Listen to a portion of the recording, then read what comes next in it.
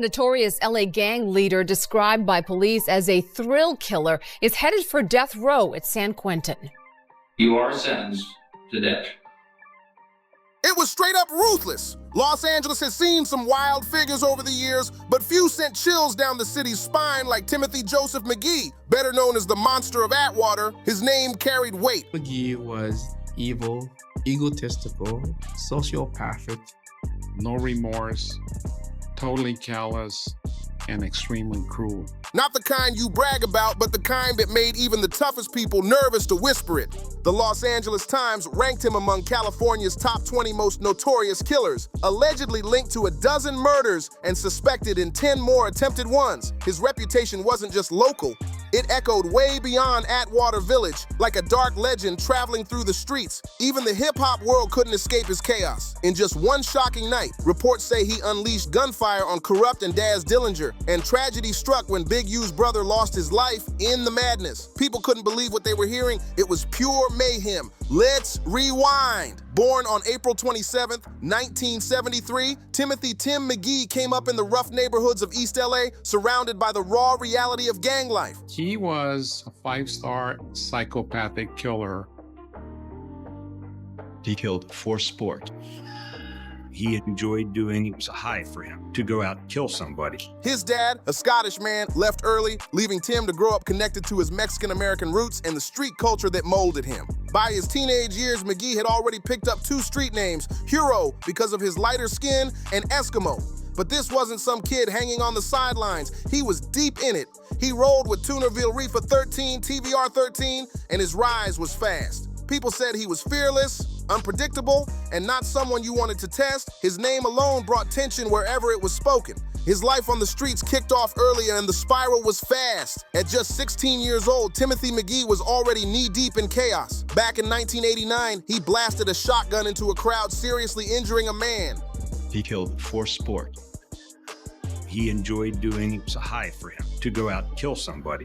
That one reckless act landed him in juvenile detention, and from there, the path ahead was already written in trouble. That moment showed everyone just how violent and unpredictable he was ready to become. By 1993, McGee found himself in trouble again.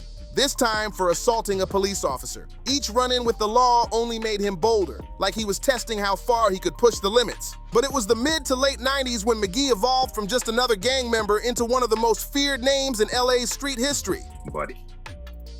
According to the coroner, he was shot 26 separate times. Now that's a whole different level of cold callousness. He wasn't just involved anymore, he was dominating the scene, and his actions showed no mercy. Then came 1997, the year things went completely off the rails. In one ruthless encounter, he reportedly chased 2 rival gang members, Juan and Pedro, through Atwater Village, hunting them down like targets. Juan was left paralyzed from the waist down, and McGee nearly took Pedro's life after firing over and over into a car he thought was bulletproof. It was like he had no sense of limits anymore. The person with the bicycle threw the bicycle into the street. The police car then had to swerve around that. and that's where the gunfire ensued. That same year, he carried out one of his most chilling attacks, the killing of Ronnie, a member of the Frogtown Reefer. Witnesses say McGee made Ronnie remove his shirt to expose his tattoos, confirming which crew he was repping, and then opened fire 28 times. It was cold, deliberate, and showed just how far gone he was from any trace of humanity or restraint. There was room for only one widow in Atwater Village. That was the sole reason that he executed Ryan Gonzalez. By the early 2000s, things got way darker. McGee's cold, emotionless attitude was unreal. He wasn't just going after rival gang members anymore. His violence had no boundaries. Reports say he shot and killed 17-year-old Marty Robles Jr., a high school kid who was just sketching by the LA River. The city was shocked. It was senseless and terrifying. McGee also opened fire on police officers during an ambush, but they weren't hurt. And if that wasn't horrifying enough, right after that, he allegedly took the life of a homeless man, believing the man had seen too much. Witnesses said McGee barely reacted. He just turned to his homie and said he was hungry and wanted food like nothing had even happened. That level of detachment was chilling. It showed how far gone he really was. But McGee didn't run Tunerville Reefer 13 like a regular street crew. He turned it into something that looked more like a paramilitary unit. McGee always felt that he was an aspiring rapper. He was always writing.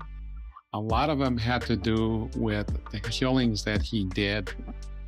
His members were expected to do group workouts, follow strict drills, and practice shooting regularly. The neighborhood wasn't just guarded, it was locked down. Armed lookouts with radios watched every entrance, calling out suspicious cars like they were manning checkpoints. It was control on another level. And then came the 4th of July, when McGee reportedly orchestrated a full-on ambush. He had his crew toss trash into the streets to slow down a responding patrol car, setting the trap perfectly. He was killed by a guy named Timothy Joseph McGee, AKA the Monster of Atwater. Draws was the bodyguard for Corrupt at the time, and he was shot and killed in 1999 outside a music studio in LA. As the officers pulled up, McGee and his men opened fire, turning what should have been a holiday night into pure chaos and fear. The streets of Atwater felt like a war zone that night, and that's when the non-stop gunfire really took over. From 2000 into 2001, McGee's violence exploded into something that felt less like street crime and more like urban warfare. The streets weren't just dangerous anymore, they felt occupied. In June 2000, McGee allegedly killed 16-year-old Ryan Gonzalez, and the reason shocked everyone. It wasn't about money, drugs, or territory, it was about a nickname. Both were known as Wayo or Hero. Yeah, because they say the shooters allegedly, their first story was they came through on the bikes, so they was thinking some Rough Rider stuff. And in McGee's twisted mindset, there couldn't be two people using that name. That petty belief turned deadly, and a young life was lost over nothing. Later that same year, McGee turned his focus directly toward law enforcement. Authorities say he set up a calculated ambush, luring LAPD officers into Tunerville territory where gunmen were already waiting. Patrol cars rolled in thinking it was routine, and suddenly they were under fire. It was a bold escalation that crossed a dangerous line. The U.S. Marshals, LAPD put together a task force dedicated to finding McGee. He was one of our most wanted individuals. But the darkest chapter tied to McGee came on August 8, 2001, the Wiki family massacre. That was the moment his name became pure fear across Los Angeles. Investigators say McGee stormed into Cherry Wiki's home because he believed she had spoken to police about his drug activity. What followed was devastating. Cherry, her mother, and a neighbor who just happened to be there were all killed. None of them were involved in street life. They were innocent people caught in the middle of McGee's paranoia and rage. The city was horrified by how far he'd gone, and it didn't stop there. Just 2 days later, authorities say McGee tried to erase loose ends by turning on his own friend, Christina Duran. It was her birthday, and she had recently spoken to police. 35-year-old Timothy McGee, seen smiling and laughing during the sentencing hearing, was convicted in October of 2007 of killing 2 gang rivals and a woman. One of the victims was shot 28 times. Instead of backing away or laying low, he allegedly took her life. A final act that cemented his reputation as someone who would cross any line without hesitation. It wasn't just that McGee was violent, it was that his violence spilled way past the streets and hit people who had nothing to do with gang politics at all. No rules, no limits, no safe zone. Innocent lives were pulled into his chaos, and that's what made the fear spread citywide. A notorious LA gang leader described by police as a thrill killer is headed for death row at San Quentin. You are sentenced to death. When investigators finally cracked deeper into his world, what they found was disturbing. Authorities uncovered notebooks written in McGee's own handwriting, filled with gangster rap-style lyrics bragging about his crimes. These weren't just words, they were boasts. He leads a riot. He was running a tier of jail cells.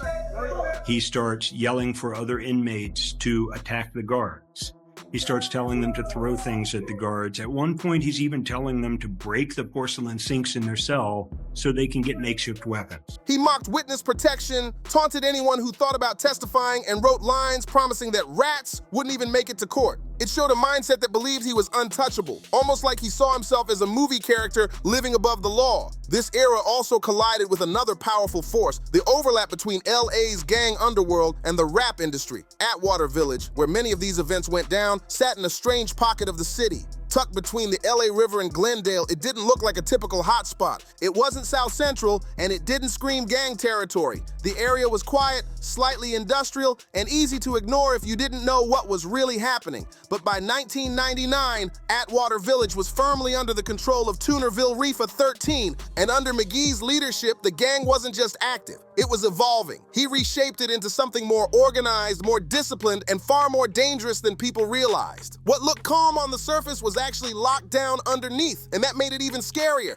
The music world ran straight into real danger that night. On October 17th, around 11:40 p.m., a late-night recording session had just wrapped up, and the energy was still high. Corrupt had just finished laying down a verse, Daz Dillinger was still in the building handling business, and 2 other Death Row affiliates were there too. Also in the room were Javan Tharealis Jones, known for sounding eerily like Tupac, and Willard Act a Fool Givens. Everything felt smooth, controlled, and professional. Just another solid night in the studio. Watching over security was 23-year-old Dwayne Draws Dupree, a respected street figure who knew how to move smart, keep situations calm, and make sure everyone stayed safe. When the group stepped outside onto the patio for a smoke break, nobody felt on edge. This wasn't South Central where tension lived in the air. They believed Atwater Village was neutral ground, a quiet zone where nobody would be reckless enough to start trouble with major industry names nearby. But that sense of safety vanished in seconds. Out of a dark side street, 2 shadowy figures appeared. No words, no signs, no checking affiliations. This wasn't a misunderstanding. It was a setup.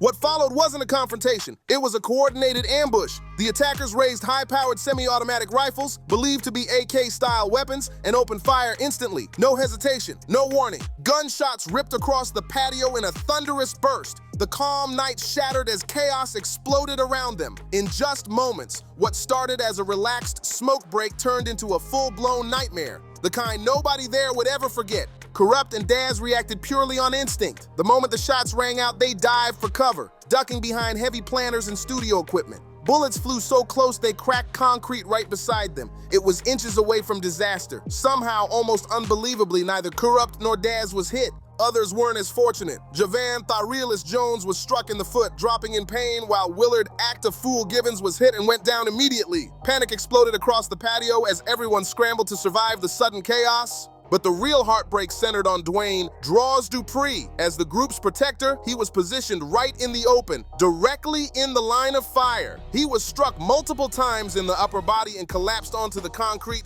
badly wounded, as the attackers kept shooting without pause. When the gunmen finally ran out of ammo, they didn't stick around. No words, no celebration. They vanished back into the shadows of Atwater Village just as quietly as they appeared. It was fast, calculated, and terrifyingly clean. When police arrived at the studio, the scene was pure disorder. Shell casings littered the patio, glass was shattered everywhere, and injured people were on the ground as sirens swallowed the last echoes of gunfire. Paramedics rushed in, moving fast and focused. But for 23-year-old Dwayne Draws Dupree, the damage was devastating. The kind of loss that left everyone there shaken, silent, and forever changed by what unfolded that night. There was nothing anyone could do. Dwayne Draws Dupree was pronounced dead right there on the concrete, the exact spot where he had been standing guard, protecting the very people he was hired to keep safe. That detail hit hard and stayed with everyone who heard the story. At first, both the media and law enforcement got it wrong. Early reports pushed the idea that the shooting was tied to rap beef, specifically Corrupt's diss record where he called out names like DMX and The Firm. Back then, in the late 90s and early 2000s, that kind of industry tension did sometimes spill into real-world violence, so the theory sounded believable. But that explanation didn't last long. As detectives dug deeper, the pieces stopped lining up. The evidence kept pointing away from the music industry and straight toward Timothy Joseph McGee. Investigators eventually realized this wasn't about lyrics, egos, or records at all. The motive was far darker and way more consistent with McGee's past behavior. Authorities began to suspect the ambush was about territory, control, and power, possibly even driven by racial hostility. From McGee's perspective, a group of mostly black men gathered late at night inside Tunerville Reefa 13 territory may have been seen as outsiders who didn't belong there. In his world, that alone was enough to justify violence. That realization shifted everything. This wasn't industry drama gone wrong. It was the streets colliding with the music world in the most tragic way possible. McGee wasn't easy to track down, not even close. He stayed moving non-stop, bouncing between Los Angeles, Las Vegas, and different cities across Arizona. Every time authorities thought they had him boxed in, he slipped away again like smoke. By then, he had turned into a straight-up ghost, leaving behind a growing trail of violence and unanswered questions. And here's the wild part. What finally exposed him wasn't some big police breakthrough or a lucky traffic stop. It was television. In February 2003, McGee's face aired on America's Most Wanted, in the same episode covering the Elizabeth Smart case. That meant millions of eyes were locked in, watching closely. One of those viewers lived in Bullhead City, Arizona, and instantly recognized the quiet guy staying in a nearby mobile home. Something clicked. They didn't hesitate. They picked up the phone and made the call. That tip went straight to the task force, and everything moved fast after that.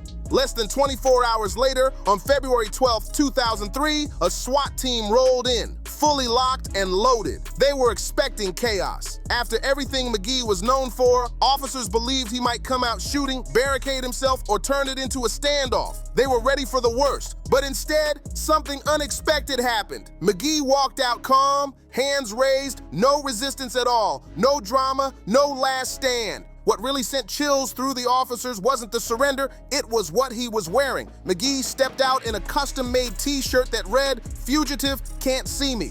Even in cuffs, he was still trying to send a message, like he thought the whole thing was a joke. Even after finally being caught, Timothy McGee didn't act like a man staring at life behind bars, not even close. Even in handcuffs, he couldn't hide it. He smirked at the officers like the whole situation was some twisted joke. That cold, arrogant grin stayed locked on his face, almost like it was part of who he was. And shockingly, he kept that same expression for 5 long years while waiting for his case to finally go to trial. By the time court started in 2007, the atmosphere felt less like justice and more like a real-life horror scene. The tension inside the courtroom was heavy and impossible to ignore. Witnesses were escorted in and out under intense security, some visibly shaken the moment they took the stand. One witness was so overwhelmed by fear that they suffered a panic attack and couldn't continue testifying. Another man, someone McGee had previously left paralyzed from the waist down, took the stand and locked eyes with him. Then suddenly, in front of everyone, he claimed he couldn't remember who shot him anymore. The room went silent. Fear was controlling everything. And through all of it, McGee just sat there at the defense table with that same unsettling smile. He smiled at the victims' families like their pain didn't matter. He smiled at the prosecutors as if they were wasting his time. To McGee, the trial wasn't accountability. It was an inconvenience. Just another obstacle standing between him and the dangerous image he believed he'd built for himself. Even surrounded by consequences, he still acted untouchable, and that's what made the entire scene so disturbing. The prosecution came in heavy and methodical. Led by Deputy District Attorney Ho Chun, the state laid everything out piece by piece, connecting dots that painted a disturbing picture. Chun tied Timothy McGee directly to the murder of Ryan Gonzalez, then linked him to the killing of Ronnie Martin, and finally, to the high-profile death of Dwayne Draws Dupree. Each case stacked on the next, tightening the walls around him. They didn't stop there. Prosecutors even introduced McGee's own notebooks, filled with handwritten gangster rap lyrics where he bragged about killings, mocked witness protection, and threatened anyone thinking about cooperating. It wasn't street rumor, it was his own words. Chun made it clear this wasn't a reckless follower who lost control. He presented McGee as someone deeply broken, someone who believed violence made him feel powerful, important, and larger than life. For a moment, everything looked lined up for a clean conviction. The evidence felt overwhelming. The courtroom buzzed with anticipation. Then the jury room cracked wide open. During deliberations, one juror, identified only as Juror X, refused to go along with the majority. She questioned the prosecution's narrative and didn't accept every claim at face value. She raised concerns about witness credibility, pointing out that many witnesses were gang-affiliated, struggling with substance issues, or had clear incentives to cooperate with law enforcement. That single voice changed everything. What seemed like a straight path to justice suddenly turned shaky, and the outcome was no longer guaranteed. Her skepticism didn't sit well with the rest of the jury at all. Tension exploded behind closed doors as other jurors complained she wasn't deliberating in good faith. That pressure landed straight on Judge Robert Perry, and he made a massive, controversial decision. He removed Juror X and replaced her with an alternate juror, a move that would later shake the entire case. Once the replacement stepped in, everything changed fast. The jury suddenly reached a unanimous decision. Almost immediately, they found Timothy McGee guilty of 3 murders, including the killing of Dwayne Draws Dupree, and they recommended the death penalty. The verdict hit like a hammer. With that, McGee was sent straight to San Quentin, sentenced to death and locked away inside one of the most infamous prisons in American history. The man who once ruled the streets was now sealed behind concrete walls and steel doors. For nearly 20 years, McGee sat on death row, held under some of the strictest conditions in the entire prison system. But even locked down, he didn't exactly fade into the background. In 2005, McGee was tied to a violent prison riot, an incident serious enough to earn him an additional 75 years to life. Authorities said he played a leadership role, showing that even behind bars, he still tried to assert control. The cage changed his location, not his mindset. Then in April 2025, something nobody saw coming happened. The California Supreme Court stepped in and unanimously overturned all of Timothy McGee's murder convictions. And no, it wasn't because he was proven innocent. Nobody else confessed. The evidence didn't magically fall apart either. The reversal came down to something far more technical, but just as serious. A procedural violation tied directly to the juror who was removed from the case. The court ruled that juror number 5 had every right to be skeptical. Her doubts weren't reckless or unreasonable. They were valid. A massive chunk of the prosecution's case relied on witnesses who were gang-affiliated, dealing with substance issues, or people who may have felt pressure from law enforcement. And in gang cases, everyone knows the realities. Silence, fear, intimidation, and stories that change depending on who's asking the questions. That juror wasn't refusing to do her job. She was refusing to blindly accept shaky testimony. By removing her, the court said, McGee's right to a fair jury was violated. Because of that, the murder convictions were thrown out. But let's be very clear, this does not mean McGee is walking free, not even close. Even with those convictions overturned, McGee is still locked down, serving multiple consecutive life sentences, including the 75 years to life tied to the 2005 prison riot. He remains behind bars with no chance of release. The walls didn't come down, the doors didn't open. If this breakdown gave you insight into one of the most disturbing cases in LA history, make sure you like, share, and subscribe to the channel. Your support keeps these deep dives coming. Stay locked in, and I'll see you on the next one.